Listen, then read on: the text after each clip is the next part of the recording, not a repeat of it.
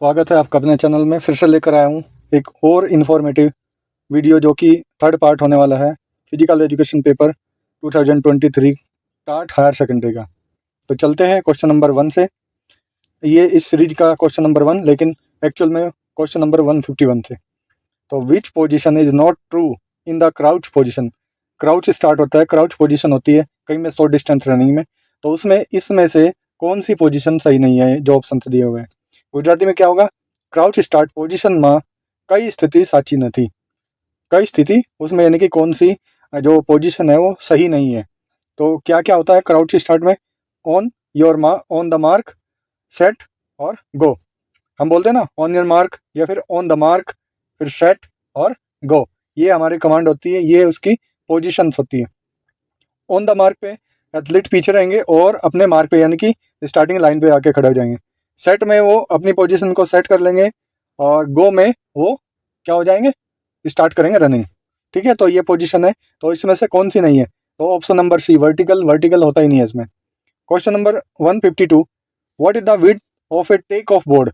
Take off board यानी कि कहीं में टेक ऑफ बोर्ड आता है। Take off board long jump में उसकी विड्थ कितनी होती है? तो जो उसकी विड्थ होगी वो कौन सी होगी? ऑप्शन कौन कौन से दिए हुए हैं? ऑप्शन कौन कौन से हैं? ये ए 15 सेंटीमीटर, बी 20 सेंटीमीटर, सी 25 सेंटीमीटर और डी 30 सेंटीमीटर। तो जो उसका सही आंसर होगा वो 20 सेंटीमीटर यानी कि 20 सेंटीमीटर। टेक ऑफ बोर्ड नहीं पહોળાઈ કેટલી હોય છે तो वो होती है भाई 20 सेंटीमीटर।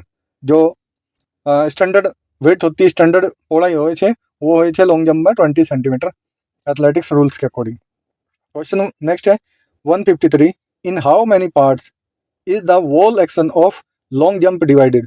अब जब लॉन्ग जंप करते हैं तो वो कितने पार्ट्स में डिवाइड होता है? ये क्वेश्चन मैंने पहले भी बताया था भाई, कौन कौन से होते हैं और उसके कैसे पार्ट्स डिवाइड होते हैं, यानी कि कितने उसकी इसके मान के चलते हैं कि कितने पार्ट होते हैं। जैसे हम सबसे पहले कहाँ पे जाते हैं?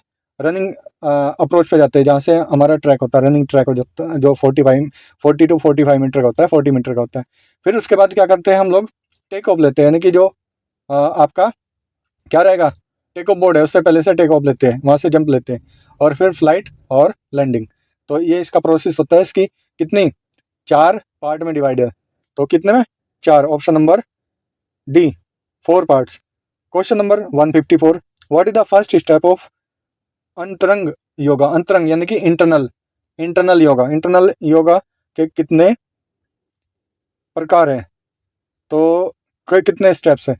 तो स्टेप्स कितने भाई अंतरंग योगा के? अब मैंने आपको बोला था कि ये क्या होता है, दो उसमें पार्ट, दो में डिवाइड होता है, अंतरंग और बाह्यंग, इंटरनल और एक्सटर्नल। तो कौन कौन से इसके? ये 8 लिम्स ऑफ योगा का पार्ट है। 8 लिम्स कौन कौन से हो गए? यम, नियम, आसन, प्राणायाम, प्रत्याहार, धारणा, ध्यान, समाधि। ठीक है, तो ये क्या हो गए? 8 हो गए। तो इसमें से जो पहले होंगे, फर्स्ट होंगे, तो वो होंगे अंतरंग यानी कि इंटरनल योगा। और जो लास्ट के 3 हो गए, फर्स्ट 5 इंटरनल और एक्सटर्नल लास्ट 3, तो टोटल 8 हो गए। तो ये फर्स्ट का पूछ रहा है। तो फर्स्ट स्टेप ऑफ अंतरंग, अंतरंग में सबसे पहले स्टार्ट होता है यम से, यम, नियम, आसन, ऐसे। तो सबसे पहले कौन सा होगा इसमें जो होगा? वो होगा ऑप्शन नंबर सी, यम। क्वेश्चन नंबर 154 क्या है? विच आसना रिमूव्स गैस फ्रॉम स्टोमक। कौन सा योगा है जो गैस निकालता, गैस रिमूव करता है हमारे स्टोमक में से, पेट से? पेटમાંથી વાયુ દૂર કરનાર આસન કયું? કયો આસન છે તો જો વાયુ દૂર કરે છે, ગેસ दूर करे છે पेटમાંથી?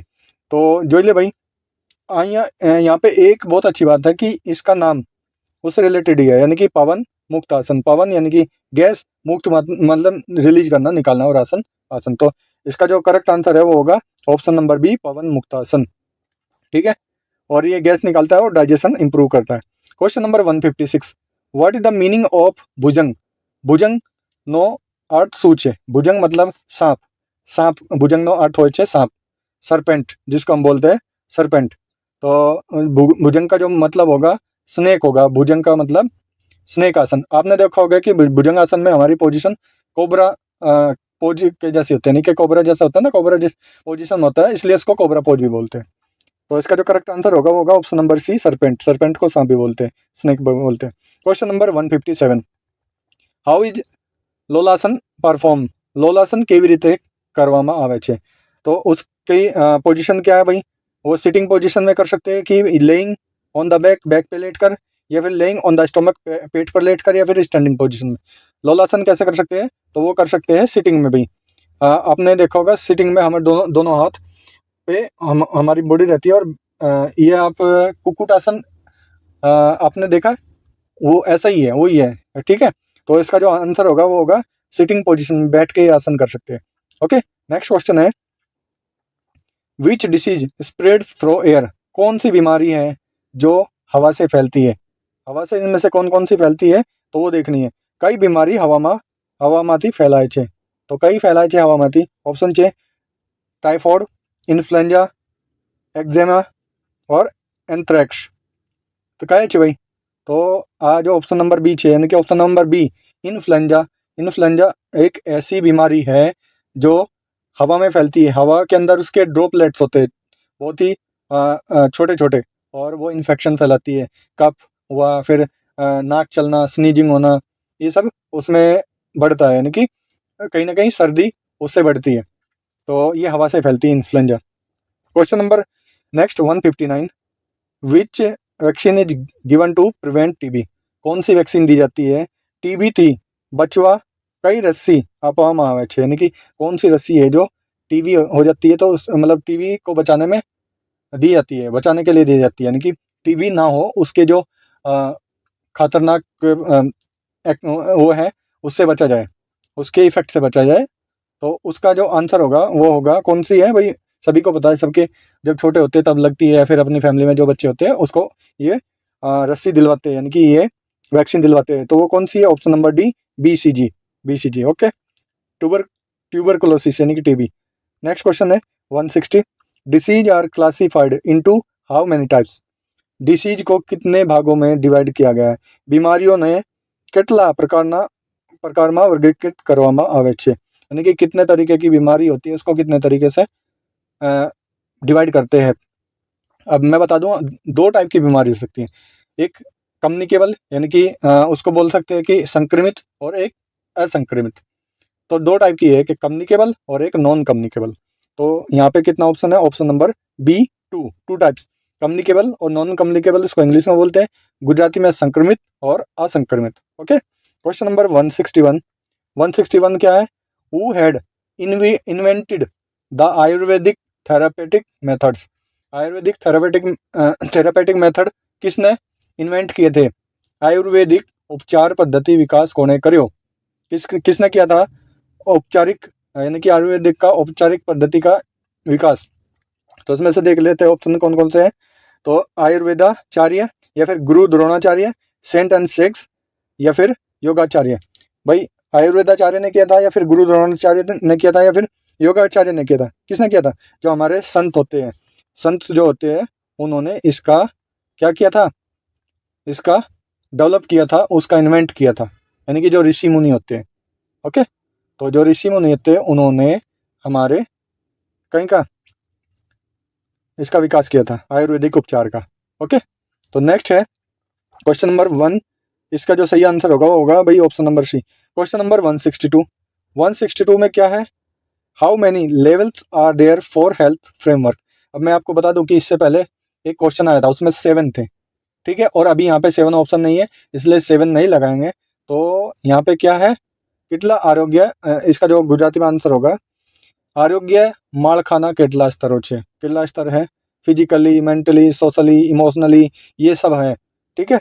जो मेरे अकॉर्डिंग होगा वो होगा, यहाँ पे मैक्सिमम क्या दिया होगा? 6 है, तो 6 आंसर इसका सही होगा, ठीक है। तो नेक्स्ट क्वेश्चन की तरफ बढ़ते हैं। Option question number 163, which therapeutic methods has side effects? अब ये इससे पहले क्या आया था कि जो हमारा आयुर्वेदिक उपचार है वो किसने बनाया था, यानी कि वो किसने इन्वेंट किया था। अब यहाँ पे क्या है कि कौन से आयुर्वेदिक उपचार का साइड इफेक्ट होता है, यानी कि उसका बैड इफेक्ट हमारी बॉडी पे दिखता है। तो कौन सा है? इसका ऑप्शन देख लेते हैं। ऑप्शन है आयुर्वेद, योगापचार, होम्योपैथी या एलोपैथी। तो कौन सा है भाई इसमें? आंसर क्या है? तो जो इसका करेक्ट आंसर होगा वो होगा एलोपैथी। एलोपैथी मेडिसिन क्या करती है? उनके साइड इफेक्ट्स होते हैं, क्योंकि उनके अंदर हैवी केमिकल्स कंपोनेंट्स आते हैं, वो केमिकल से बनी होती है, इसलिए उसका साइड इफेक्ट आता है। तो जो इसका करेक्ट आंसर होगा वो होगा option number D. Question number 164, which distance of running is included in middle distance running. मैंने पहले भी बताया हुआ मेरी वीडियो में कि 3 टाइप की रनिंग्स होती है, उनके जो डिस्टेंस रनिंग होती है उन कितने पार्ट में डिवाइड करते हैं, उनको 3 पार्ट में डिवाइड करते हैं। शॉर्ट को स्प्रिंट भी बोलते हैं, यानी कि टुंकी दौड़, फिर मध्यम दौड़ और लंबी दौड़, यानी कि शॉर्ट और स्प्रिंट, मीडियम और लॉन्ग रनिंग, ये 3 पार्ट में डिवाइड करते हैं। अब यहाँ पे कौन सा है कि मिडिल डिस्टेंस है। अब 50 मीटर, 200 मीटर और 100 मीटर, ये कौन सा होगा, ये आ जाएगा आपका स्प्रिंट यानी कि शॉर्ट रनिंग में। और 800 मीटर कहीं में जाएगा, ये जाएगा आपका मिडिल डिस्टेंस रनिंग में। तो इसका जो करेक्ट आंसर होगा वो होगा option number D. 165 question, what is the minimum weight of baton. Baton का वेट मिनिमम कितना होना चाहिए, तो भाई आपका क्या है, मिनिमम 50 ग्राम इसका होना ही चाहिए। तो यदि गुजराती में इसको समझे तो रिले दौड़માં બેટનનું ઓછામાં ઓછું વજન કેટલું હોય છે, તો 50 ગ્રામ। ઓપ્શન નંબર સી એનો કરેક્ટ થઈ જશે। ઓકે, नेक्स्ट क्वेश्चन की तरफ चलते हैं। Question number 166, what is the minimum length of approach run in high jump और लॉन्ग जंप। उसमें अप्रोच रन आती है, यानी कि जो उसका रनवे आता है उसका डिस्टेंस कितना होता है, कितने मीटर की लेंथ होती है। तो जो उसकी होती है इसमें हाई जंप में पूछा है, लॉन्ग जंप में आपको पता है कि 40 मीटर मिनिमम, ओके 40 to 45। और इसमें आपका हाई जंप में कितना होगा, हाई जंप में होगा आपका option number C 15 metre. High jump के अंदर मिनिमम जो अप्रोच रन होता है वो 15 मीटर होता है। नेक्स्ट क्वेश्चन की तरफ चलते हैं। Question number 167, what is the maximum weight for cross bar in high jump. High jump के अंदर क्रॉस बार होता है, यानी कि जिसको हम कूदते हैं, एक आपका देखा होगा कि रोड टाइप होती है, बीच में रखी रहती है, उसको हम बिना किसी गिराए, यदि वो हमारी बॉडी से टच होके गिर गया तो फाउल है, और यदि हम उससे टच होके और वो नहीं गिरा और हमने उसको क्रॉस कर लिया तो वो फाउल नहीं होता है, और यदि बिना टच किए हमने उसको क्रॉस कर दिया तब भी फाउल नहीं होता है। तो उस वो जो वहाँ पे रोड रखी है उसका वजन कितना होता है, यानी कि गुजराती में बात करें हाई जंप में क्रॉस बारનું મહત્તમ वजन કેટલું હોય છે, तो भाई इसका जो वजन होता है वो होता है आपका कितना, ये कौन कौन से ऑप्शन है सर, 2, 3, 4, 5। तो मैं आपको बता दूं इसका होता है 2 ग्राम, 2 किलोग्राम। तो 2 kg इसका वेट होता है भाई। Question number 168, what is the length of a pit in high jump. High jump के अंदर उसका जो पिट होता है जिस पे हम जंप करके अपनी बॉडी को उस पर गिरा देते हैं, यानी कि फाइनल मेजरमेंट हमारा मतलब हमारी बॉडी वहाँ पे मूव करती है, तो उसको क्या बोलते हैं, हाई जंप के पिट को। हाई जंप का जो पिट है उसकी लेंथ कितनी होती है, पिट की यानी कि खड्डे की। हाई जंप पिटनी लंबाई कितनी હોય છે, तो जो उसकी लंबाई होती है वो आपकी कितनी होती है भाई, है ऑप्शन है 2, 3, 4, 5, इसमें भी सेम ऐसे ही है, तो उसकी होती है भाई 5 मीटर। स्टैंडर्ड जो होता है पिट्स उनकी लंबाई 5 मीटर होती है approximately. Okay, question number next 169, what is the weight of discuss for man. इससे पहले वुमेन का था, वुमेन का 1 kg था भाई, और मैन के लिए 2 kg होगा। पुरुषों માટે डिस्कसનું वजन કેટલું હોય છે, तो इसमें सिंपल है 2 kg। बहुत ही आसान क्वेश्चन है लेकिन इंपॉर्टेंट है भाई। आप ध्यान दो कि सारे के सारे कहीं में से आ रहे हैं आपके गेम्स के अंदर से आ रहे हैं, तो गेम्स की तैयारी अच्छे से करो। ऑप्शन नंबर 20 का करेक्ट हो जाएगा। नेक्स्ट क्वेश्चन है 170, how many skills of discus throw are there. Discus throw जब करते हैं हम चक्कर फेंक, यानी कि डिस्कस थ्रो यानी कि चक्कर फेंकनी કેટલી મુખ્ય કૌશલ્ય હોય છે, કેટલી હોય છે ભાई चक्कर फेंकनी। तो कितने ऑप्शन इसमें, 2, 4, 7, 8, कितनी होती है, 4 होती है। कौन कौन सी होती है, ग्रिप सबसे पहले उसको पकड़, फिर डिस्टेंस वो स्टांस यानी कि एक जगह है उसकी पोजीशन, फिर रोटेशन और रिलीज, यही होती है ना। सबसे पहले हम उसकी ग्रिप बनाते, पकड़ते, स्टांस बनाते, फिर रोटेशन करते और रिलीज कर देते। तो कितने हुई, 4 हुई। ऑप्शन नंबर बी करेक्ट होगा। नेक्स्ट क्वेश्चन है 170, how far is the baulk line जो होती है ना कहीं में कबड्डी में, from the centre line in men's kabaddi court, कितने दूर होती है। जो बॉक लाइन होती है वो सेंटर लाइन से कितनी दूर होती है, आपको पता है कि कितने मीटर का होता है, 13 बाई कितने का, कबड्डी का जो मेंस का ग्राउंड होता है वो 13/10 का होता है ना। अब 13 को 2 से डिवाइड करेंगे तो हाफ आ जाएगी, तो दोनों साइड कितने होगी, 6.5 मीटर। अब 6.5 मीटर को भी डिवाइड करते हैं, डिवाइड कैसे करेंगे, सेंटर लाइन से बॉक लाइन आ जाएगी क्या, 3.75 मीटर। ठीक है, ये इसने पूछा है क्या कि कबड्डी मेंस में बोक लाइन सेंटर लाइन से कितनी दूर होती है, तो वो होती है option number C 3.75 metre. Next question, question number 172 क्या है भाई, what is the length of men's kabaddi court. देखो आ गया, इसी की बात कर रहे थे और यही क्वेश्चन आ गया, मेंस कबड्डी कोर्ट की लंबाई कितनी है। तो इसका जो कोर्ट की लंबाई चौड़ाई मैंने बताई वो 13/10। तो लंबाई पूछा है तो लंबाई क्या होगी, ऑप्शन नंबर बी। इसमें 10 नहीं लगाना है, option number B will be the correct. पुरुष कबड्डी कोर्टनी लंबाई कितनी, तो 13 मीटर भाई। ओके, तो नेक्स्ट क्वेश्चन है 173, where was the first world basketball championship organise. सबसे पहले बास्केटबॉल चैंपियनशिप कहाँ पे की गई। प्रथम विश्व बास्केटबॉल चैंपियनशिप क्या योजाई थी, क्या योजाई थी भाई।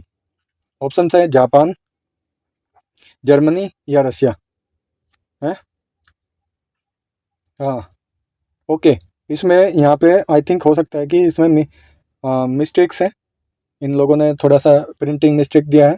तो जो उसका करेक्ट आंसर होगा वो होगा अमेरिका, क्योंकि अमेरिका के अंदर से ही बास्केटबॉल सबसे पहले आई थी। फीबा जो है ना, FIBA world basketball championship federation, international basketball association, तो वो 1950 में बना था। 1950 में सबसे पहले फर्स्ट फीबा की जो वर्ल्ड बास्केटबॉल चैंपियनशिप थी मैन के लिए, वो अर्जेंटीना, यानी कि अर्जेंटीना कहाँ पे है, साउथ अमेरिका के अंदर, वो वहाँ पे जाई थी। ठीक है, तो इसका जो आंसर होगा इसमें नहीं दिया हुआ है, लेकिन करेक्ट आंसर है आपका अमेरिका। नेक्स्ट है क्वेश्चन नंबर 174 क्या है, what is the length and width of basketball. देखो बैक टू बैक क्वेश्चन आ रहे हैं, यानी कि सारे गेम को अच्छे से करो। बास्केटबॉल का जो कोर्ट होता है उसकी बास्केटबॉल मैदानी लंबाई और पौड़ाई कितनी, और तो 28/15 होती है भाई।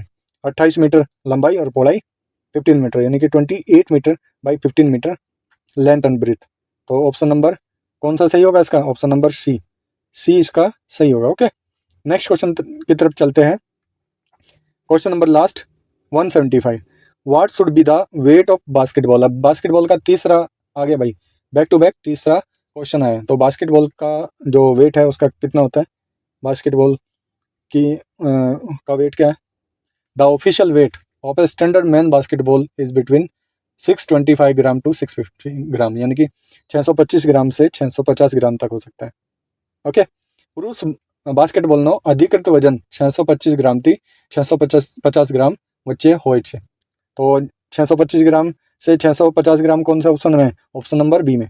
ठीक है भाई, तो ये था आज के 25 क्वेश्चन का थर्ड पार्ट, यानी कि जो हम सीरीज करा रहे हैं उसका थर्ड पार्ट है, बहुत इंपॉर्टेंट है। आप तैयारी करते रहिए, अभी टाइम बहुत कम बचा है। कुछ भी यदि आपके डाउट्स है, कुछ भी आप मुझे कमेंट बॉक्स में कमेंट कर सकते हैं। ज़्यादा से ज़्यादा पढ़िए, ज़्यादा से ज़्यादा तैयारी करिए। मैं ये नहीं कहता हूँ कि मेरी ही वीडियो या मुझे ही सब्सक्राइब करना है। आपको बेस्ट कंटेंट फिजिकल एजुकेशन का जहाँ से मिल पाए, जहाँ से आपकी अच्छे से अच्छी तैयारी हो सके, वहाँ से करिए और आगे बढ़िए। मिलते हैं किसी नई वीडियो में, तब तक थैंक यू सो मच।